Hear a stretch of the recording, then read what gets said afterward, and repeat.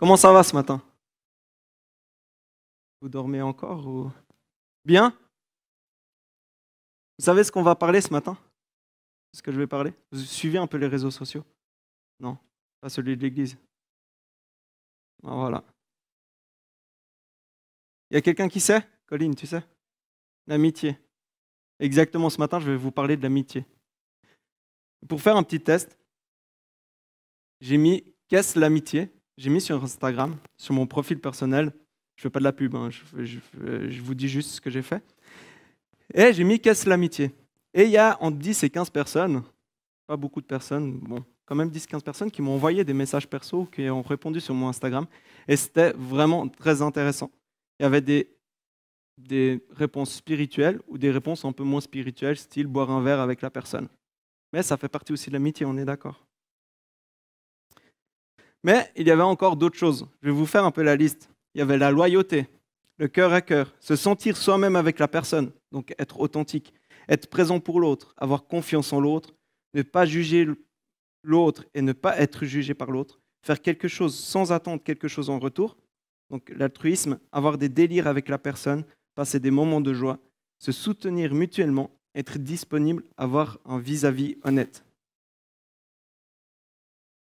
Pour ça, je suis allé après dans la Bible et j'ai remarqué que le terme amitié dans la Bible, qui est philia, était très spécifique. Parce que philia vient de philéo, et philéo, ça veut dire aimer. Je ne sais pas si vous savez, il y a plusieurs mots pour dire aimer dans la Bible, et un des mots, c'est philéo.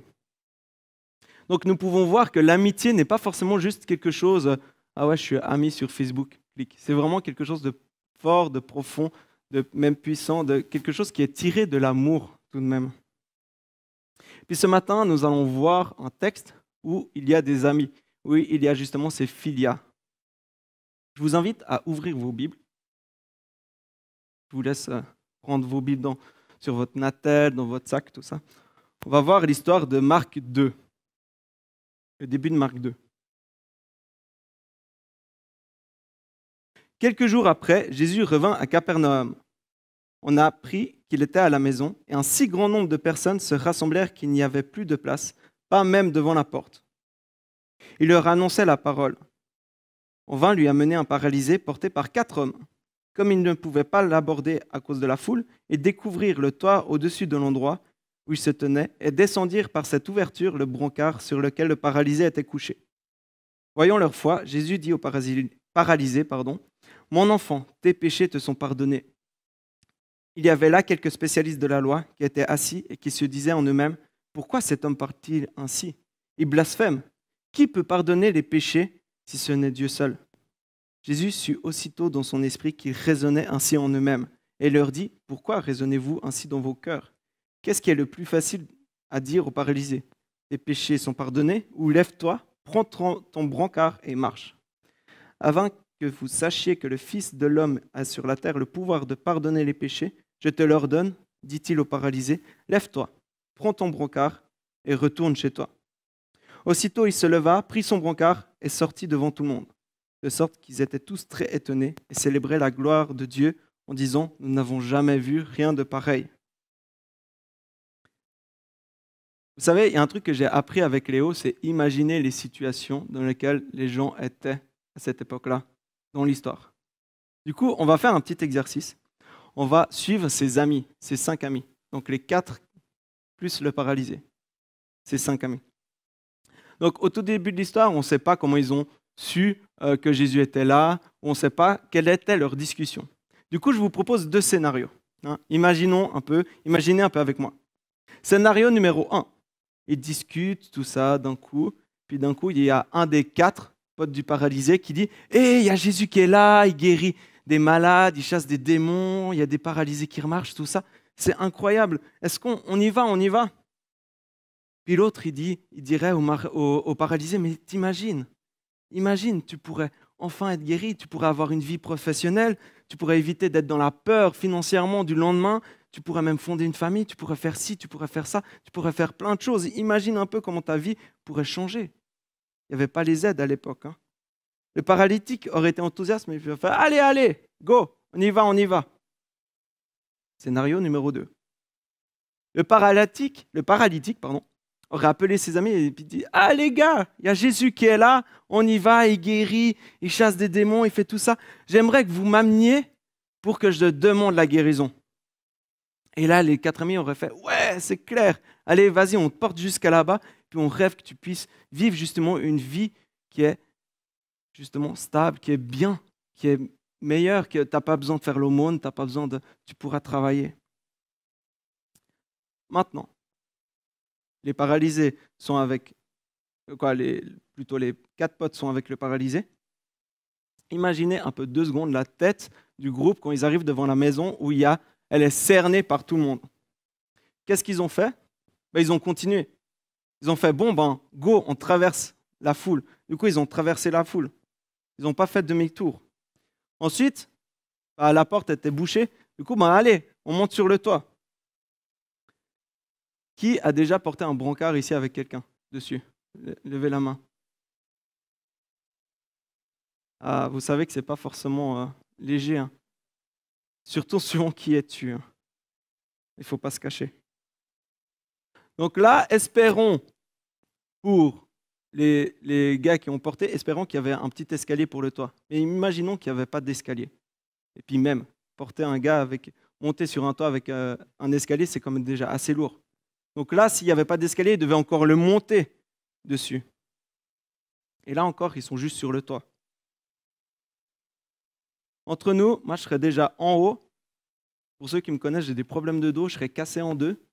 Je serais transpirant, je serais déjà mort. Je serais là. Puis là, les amis, ils ne s'arrêtent pas. Ils disent, maintenant, il faut démonter le toit. Heureusement, ce n'était pas des toits en béton, mais c'était quand même de la chaume, du bois. Il fallait démonter, il fallait creuser, il fallait faire un trou quand même. Et ensuite, il fallait la descendre. Donc, ils risquent aussi un peu leur vie. Ils sont sur un toit, au bord d'un trou. Je pense que la Suva ne serait pas très heureux de savoir ça.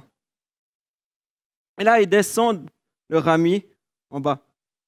Et ensuite, ils entendent Jésus dire, tes péchés t'ont pardonné. Mais il dit quoi? Vous savez ce qu'il dit juste au début? C'est par la foi de qui que le paralysé est pardonné? Je ne sais pas si vous avez déjà remarqué. La foi du paralysé, mais pas seulement. C'est marqué que c'est par leur foi. Donc ce n'est pas seulement par la foi du paralysé, mais c'est par la foi de tous les amis. Des 5, des 4 amis plus du paralysé. Donc ce n'est pas par la foi d'un seul, mais c'est par la foi du groupe d'amis que Jésus pardonne le paralysé. Peut-être ils étaient là, super, il est pardonné, c'est trop cool, mais nous on voulait le voir marcher. Donc ils attendent. Peut-être ils pensaient aussi peut-être pour les pas comme les pharisiens, mais est-ce qu'il a le droit vraiment de faire ça, tout ça? Et puis là, Jésus, il dit quoi? Il envoie une punchline. Mes amis, j'aime beaucoup. Pourquoi raisonnez-vous ainsi dans vos cœurs? Qu'est-ce qui est le plus facile à dire aux paralysés? Tes péchés sont pardonnés, ou lève-toi, prends ton brancard et marche. Afin que vous sachiez que le Fils de l'homme a sur la terre le pouvoir de pardonner les péchés, je te l'ordonne, dit-il au paralysé, lève-toi, prends ton brancard et retourne chez toi. Et là, joie immense, il ressort avec son brancard. Imaginez les amis, comment ils devraient être heureux. Je pense qu'ils ont fait une bonne soirée le soir, peut-être un barbecue, j'en sais rien, mais ils se sont éclatés, ils ont passé un bon moment après, puis ils étaient heureux pour leur ami. Mais qu'est-ce que cette histoire peut nous apprendre sur l'amitié? La première chose est l'amour. Prenons justement ces 5 amis. Ils ont été prêts à prendre du temps, à se casser le dos, à transpirer pour leur ami. Ils l'ont transporté jusqu'à la foule, ils ont traversé la foule, ils l'ont monté sur le toit, ils ont creusé le toit, ils l'ont descendu. C'est quand même pas rien, il faut quand même beaucoup aimer la personne pour pouvoir faire ça. Et pour finir, combien d'amis en fait avons-nous? Et voici ce que le passage nous suggère encore. Le petit défi. Va au-delà de toi-même. Quand je parle au-delà de moi-même, je ne pense pas aux activités faire et encore faire. Non, mais plutôt au niveau des relations, d'amitié spirituelle, de relations sensibles à la douleur et aux besoins de notre prochain. Regarde dans ta maison, regarde ton voisin, regarde ton collègue du travail, regardez-vous entre vous, l'un à côté de l'autre. Peut-être avec les distances maintenant. On va, toi, au-delà de toi-même, vers ce prochain, vers ce voisin, vers celui qui est assis à côté de toi pour le bénir, pour donner, pour réconforter, pour servir. pour dire, pour finir, compte sur moi, tu n'es pas seul. Un pasteur américain, Eugene Peterson, dit l'amitié est pour la spiritualité aussi importante que la prière et le jeûne. Car, ça c'est quelqu'un d'autre qui dit, c'est Simone Weil qui dit, car l'amitié est un amour personnel et humain qui est pur et qui enferme un pressentiment, un reflet de l'amour divin. Pour finir, nos amis matérialisent pour nous Dieu, que nous rencontrons dans nos prières et les jeûnes. Personne ne vit, pour finir, une vie extraordinaire sans amis à côté. C'est difficile en tout cas, sans s'ouvrir le cœur à de vraies amitiés, de relations profondes et bénies par Dieu. Si nous voulons avoir de telles vies, ouvrons-nous aux amitiés. Vous n'avez pas d'amis, devenez un ami pour quelqu'un d'autre. Soyons attentifs vraiment à ceux qui nous entourent. Regardons autour de nous, notre voisin, dans notre famille, dans notre maison, à celui qui est assis à côté de vous aujourd'hui. Allons au-delà de nous-mêmes pour bénir au nom de Jésus. Première lettre de Jean, chapitre 4. Dieu, personne ne l'a jamais vu. Mais si nous nous aimons les uns les autres, Dieu demeure en nous et son amour se manifeste pleinement parmi nous. Si quelqu'un prétend aimer Dieu tout en détestant son frère, c'est un menteur. Car il n'aime pas son frère qu'il voit et ne peut pas aimer Dieu qu'il ne voit pas. Autrement dit, comment prétendez-vous beaucoup parler de Dieu, avoir une relation avec Dieu, si pour finir, vous n'aimez pas votre frère, vous n'aimez pas votre sœur, que ce soit dans la famille, que ce soit dans la vie de tous les jours, que ce soit dans la frère et sœur dans notre foi, que ce soit notre ami, notre femme, notre mari. Comment se peut-il qu'on écoute la voix de Dieu, qu'on arrive à écouter la voix de Dieu, parfois pas forcément audible, et pour finir, on n'arrive pas à écouter la voix audible de nos amis. Dieu peut parler à travers nos amis aussi. Et même si tu peux, imaginons que tu peux, il te manque un élément essentiel. Tu le fais non pas par amour, mais tu le fais par égoïsme. Tu le fais en attendant quelque chose en retour. C'est ce qui nous amène à la deuxième leçon de cette histoire, l'altruisme. L'altruisme, c'est le fait de donner sans attendre en retour. Pour finir, les amis du paralytique vont tout faire pour le faire guérir. Est-ce qu'ils attendent quelque chose en retour? Est-ce qu'ils ont signé un contrat? Ok, on te fait ça, mais ça compte. Ils n'ont pas fait de devis, ils n'ont pas fait de contrat, ils n'ont rien fait. Ils ont fait ça gratuitement. Ils n'ont pas demandé de l'argent ou un service, parce qu'ils l'aiment, parce qu'ils veulent le faire pour lui. L'ami, elle est une personne qui donne sans attendre en retour. L'exemple parfait, c'est l'exemple de Jésus. Quand même, on a vu encore par les chants, on a vu par la croix, il a donné sa vie pour nous. Jésus nous aime d'un amour qui nous dépasse. Il a donné sa vie pour nous sauver, pour que nous ayons la vie éternelle. Et j'aime beaucoup ce verset que Jésus dit en Jean 15, verset 13, que j'ai un peu redécouvert ces dernières semaines. Il n'y a pas de plus grand amour que de donner votre vie pour vos amis. Il n'y a pas de plus grand cadeau, de plus grand amour, que de donner votre vie pour vos amis. Et je trouve ça juste magnifique. Mais alors, jusqu'où l'ami doit-il aller? Êtes-vous prêt à donner votre vie ou à risquer votre vie comme les amis du paralytique, au bord du toit, au bord du... Ils pouvaient tomber en arrière, tomber en avant. Est-ce que vous êtes prêt à prendre ce risque? Jusqu'où vous êtes prêt à aller par amour sans rien attendre en retour? C'est facile à dire et c'est pas facile à faire. De se dire oui, moi, pas de problème. Vous savez, je me rappelle quand il y a des amis qui ont annulé des soirées parce que j'allais pas bien puis ils sont venus. Ou qui m'ont invité sans attendre en retour quelque chose, à manger, à discuter. Tous ces amis qui m'ont rendu un service, qui m'ont conduit à quelque part quand j'avais pas le permis, sans dire « Ah ouais, mais au cas où, ça fait 50 balles pour l'aller. » Non, des fois, c'était... des fois, il faut quand même donner quelque chose, on s'entend. Mais, voilà, ils attendaient rien en retour. Ou sinon, c'est nous qui donnions pour leur remercier, mais la personne n'attendait rien en retour. Vous savez, honnêtement, je ne sais pas si je pourrais donner ma vie entre nous à mes amis. J'aimerais pouvoir le dire, oui, je suis prêt à donner ma vie pour mes amis. Mais est-ce que je le suis vraiment? Je ne sais pas. J'ai essayé de réfléchir ces dernières semaines pour essayer de vous donner une réponse. mais je n'ai pas trouvé de réponse, je suis encore en réflexion. Mais par contre, je suis prêt à donner du temps, à donner de l'argent. Plus encore, en préparant ce message, je me suis rappelé de mes amitiés.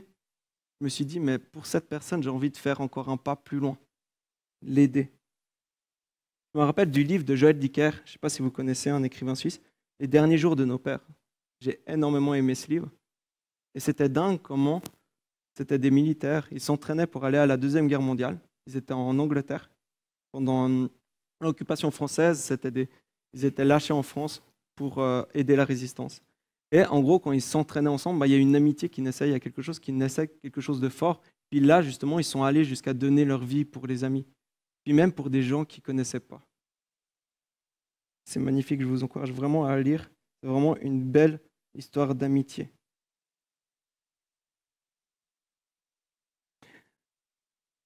Mais avant de donner notre vie, comme j'ai dit, donnons notre temps, notre argent, donnons un peu de nous-mêmes à chaque fois.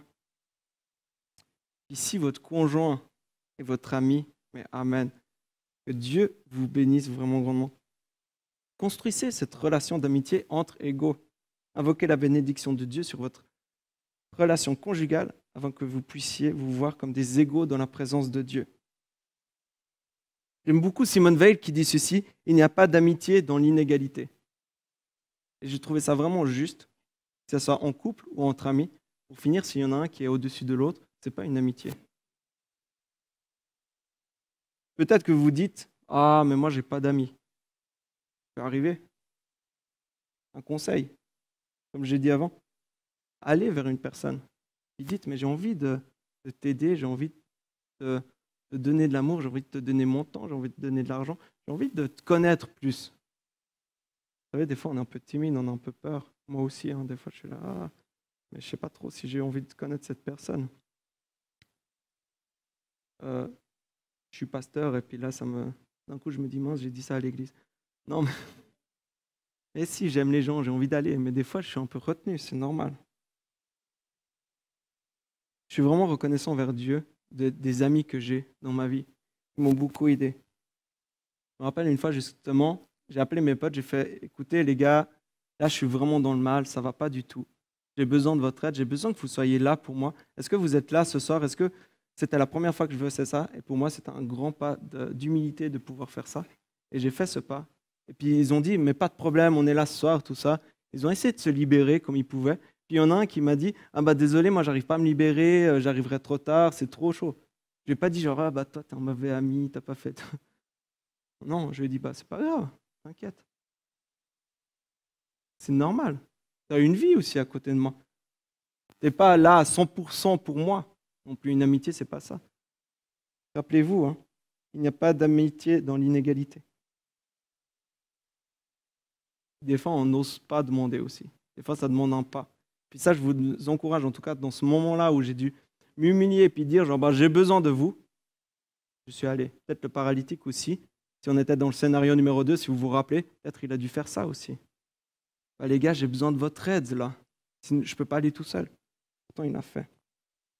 Il y a encore un point qui ne se trouvait pas dans l'histoire même, mais que j'avais à cœur juste d'aborder juste courtement comme ça. C'est l'amitié doit être aussi un vis-à-vis. Je ne sais pas si vous êtes d'accord avec moi, mais un vis-à-vis, c'est quelqu'un qui est là et qui dit des choses que tu ne veux pas entendre. Mais il dit ça par amour. Il ne dit pas ça pour te rabaisser. Il ne dit pas ça pour se mettre au-dessus de toi. On est toujours dans l'égalité. Mais il est là pour essayer de te faire ressortir des fois les choses le meilleur en toi et puis des fois aussi améliorer les choses les pires en toi. Aristote, il dit ceci, un bon ami est un ami qui nous élève, qui nous montre ce qu'il faut changer, qui ose dire qu'il faut changer, et qui nous élève, qui nous motive. Et ça, c'est mon dernier point, c'est être un motivateur aussi. Les amis du paralytique, ou même le paralytique, ils ont dit, il y en a bien un qui a dû dire, bon les gars, on va vers Jésus. Il y en a bien un qui est motivé. Vous savez, dans les groupes d'amis, il y en a toujours un qui est un peu là, genre, allez les gars, on y va. Et les autres, ils sont là, genre, ouais, t'as raison, on y va. Et il y en a toujours un ou deux qui sont là, allez les gars, on fait ça, ils ont un projet, tout ça. Bah ça aussi, c'est des vrais amis qui motivent, qui disent, mais toi, Vas-y, va dans ce que tu crois, va dans où tu veux aller. C'est une bonne idée. Toujours avec un vis-à-vis honnête. Et toi, tu as un don là-dedans. Vas-y, continue. Vous savez, quand j'ai reçu l'appel d'être pasteur, je demandais à tous mes amis, ah, mais qu'est-ce que tu penses d'être pasteur et tout? Qu'est-ce que tu penses? Est-ce que je devrais être pasteur ou pas? Il y en a pas mal qui m'ont dit oui, oui, oui, oui, oui. Et, des personnes qui me connaissaient dans le milieu chrétien, des personnes qui me connaissaient en dehors du milieu chrétien, parce qu'à l'époque, il y avait vraiment une grosse différence. C'est un autre sujet. Mais partout, en fait, tous mes vrais amis me disaient, ah oui, oui, clairement, tout ça. Et pour finir, je demandais toujours. Et puis un de mes cinq meilleurs amis, 4 meilleurs amis, comme dans les paralytiques, hein. Là, j'étais presque dans la peau du paralytique. Il a dit quelque chose qui m'a motivé et qui était vraiment en vis-à-vis. Il dit, en fait, Guy, t'attends juste qu'on te dise que c'est pas une bonne idée. T'attends juste que c'est pas une bonne idée et puis tu vas y aller. Et dans ma tête, j'ai fait, ah, pas faux, pas faux. Des fois, on est des têtes de mule, hein. Je sais pas vous, mais moi, j'ai une tête dure. Puis là, j'étais là, waouh. En fait, Dieu l'a utilisé. Puis sans ses amis, je ne serais pas là. Sans ses amis qui m'ont porté dans la foi, on s'est porté mutuellement dans la foi, on ne serait pas là où on en est. Maintenant, ils sont tous, ils commencent à se marier et tout ça. Ils sont tous stables dans leur foi, on a tous grandi dans la foi et c'est vraiment incroyable. On a fait toutes les bêtises aussi ensemble, mais on s'est aussi porté. On a eu un vis-à-vis de dire, là, je ne crois pas que tu es au bon endroit. Vous savez, je suis persuadé que d'avoir des amis avec la même foi en Jésus est vraiment un soutien énorme. Mais des vrais amis, remplis d'amour, d'honnêteté, ils ne vont pas chercher leur propre intérêt, ils sont altruistes, ils vont être motivants. Et surtout, ils vont te motiver, ils vont nous motiver à aller vers Jésus. Comme cette histoire du paralytique où ils ont dit, allez, on va vers Jésus pour la guérison, pour ta guérison. On a la foi de Jésus, vas-y, on va vers Jésus. Donc en résumé, pour conclure, un ami est quelqu'un d'aimant, d'altruiste et motivateur. C'est pourquoi, encore une fois, je veux vous poser cette question. Combien de relations comme cela avons-nous? Puis même, sommes-nous même des amis de ce type? Aimants, altruistes, motivateurs, honnêtes? Et en ce dimanche de Pentecôte, j'avais aussi à cœur en fait, de prendre l'exemple du meilleur ami qu'on peut avoir aujourd'hui, maintenant. Ce meilleur ami est le Saint-Esprit, l'Esprit de Jésus. Le Saint-Esprit a été venu pour consoler, pour nous aider de tous les jours. Il est l'Esprit de Dieu. Et Jésus, il nous a dit qu'il est notre ami, il est notre meilleur ami. Puis il a envoyé ce Saint-Esprit pour avoir cette présence du Père, cette présence de l'ami, cette présence pour finir du meilleur ami, de ce filia. Vous vous rappelez de filia, qui vient de philéo, de cet ami, mais qui est aimant, qui est par-dessus tout aimant. Un poète, musicien brésilien, que je ne connais pas, mais que Léo m'a envoyé la citation. Il dit, mon cher ami, l'amitié n'a de sens que si elle amène le ciel plus près des gens. Elle inaugure ici même, sur la terre, son commencement. Tu sais, le ciel ne va pas me sembler étrange. Sais-tu pourquoi? Parce qu'être ton ami, c'en est déjà un petit morceau. Et j'ai trouvé ça magnifique.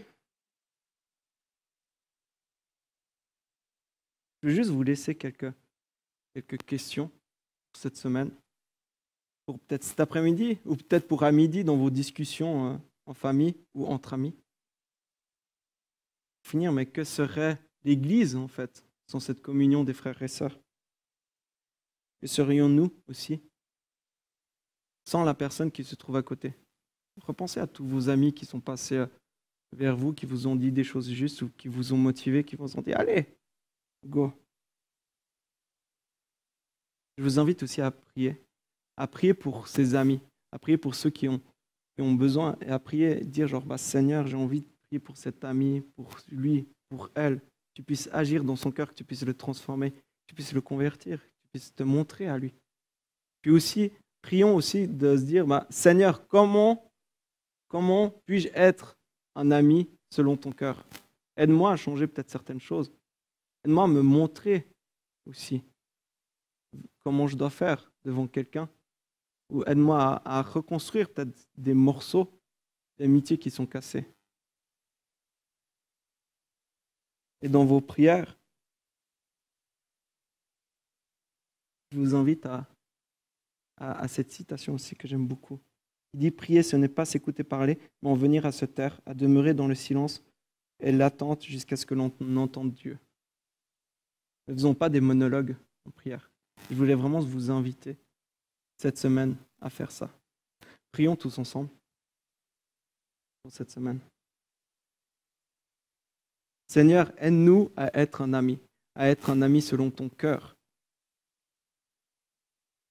Seigneur, qu'on puisse prier, qu'on puisse penser à nos amis qui sont en difficulté, ou même aussi à nos amis qui vont bien, Seigneur, que tu puisses les guider. Seigneur, montre-nous aussi comment être un ami selon ton cœur. Et aide-nous aussi à écouter nos amis et ce meilleur ami qu'est le Saint-Esprit. Seigneur, qu'on puisse être à ton écoute. Toi, le meilleur ami qui aime, qui va nous motiver, qui va nous changer. Qui va être honnête avec nous, Seigneur, qu'on puisse reconnaître cette voix qui est la tienne, Seigneur.